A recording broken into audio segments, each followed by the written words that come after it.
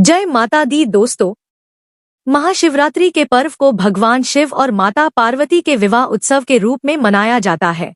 इस तिथि को भगवान शिव की कृपा प्राप्ति के लिए एक उत्तम तिथि माना गया है।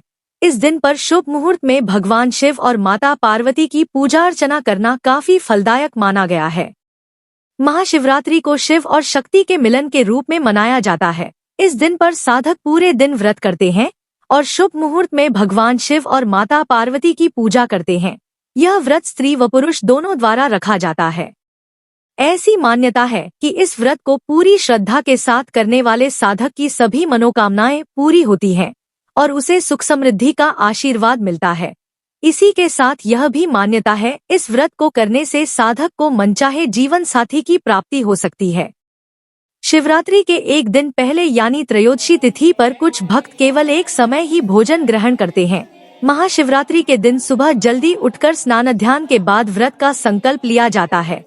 शिवरात्रि के दिन भक्त संध्याकाल में पुनः स्नान आदि के बाद शुभ मुहूर्त में शिव भगवान की आराधना करते हैं। अगले दिन महाशिवरात्रि के व्रत का पारण किया जाता है। ऐसा करने से साधक को व्रत का पूर्ण फल प्राप्त होता है। चलिए जानते हैं कि साल 2026 में महाशिवरात्रि का व्रत कब रखा जाएगा। पूजा का शुभ मुहूर्त क्या है, व्रत खोलने का शुभ समय क्या रहेगा। तो दोस्तों, इस साल चतुर्दशी तिथि की शुरुआत 15 फरवरी 2026 की शाम 5:04 पर हो रही है और चतुर्दशी तिथि की समाप्ति 16 फरवरी 2026 की शाम को 5:34 पर हो जाएगी। आपको बता दें, महाशिवरात्रि का व्रत निशिता-काल व्यापिनी चतुर्दशी तिथि में रखा जाता है। इसलिए इस साल महाशिवरात्रि का व्रत 15 फरवरी 2026 दिन रविवार को रखा जाएगा। निशिता-काल पूजा का शुभ मुहूर्त रात 12:09 से लेकर रात 1:01 तक रहेगा। इस शुभ मुहूर्त की कुल अवधि 51 मिनट की रहेगी और महाशिवरात्रि के व्रत पारण का समय 16 फरवरी को सुबह 6:59 से लेकर दोपहर 3:24 तक रहेगा। चलिए जानते हैं महाशिवरात्रि की पूजा विधि क्या है।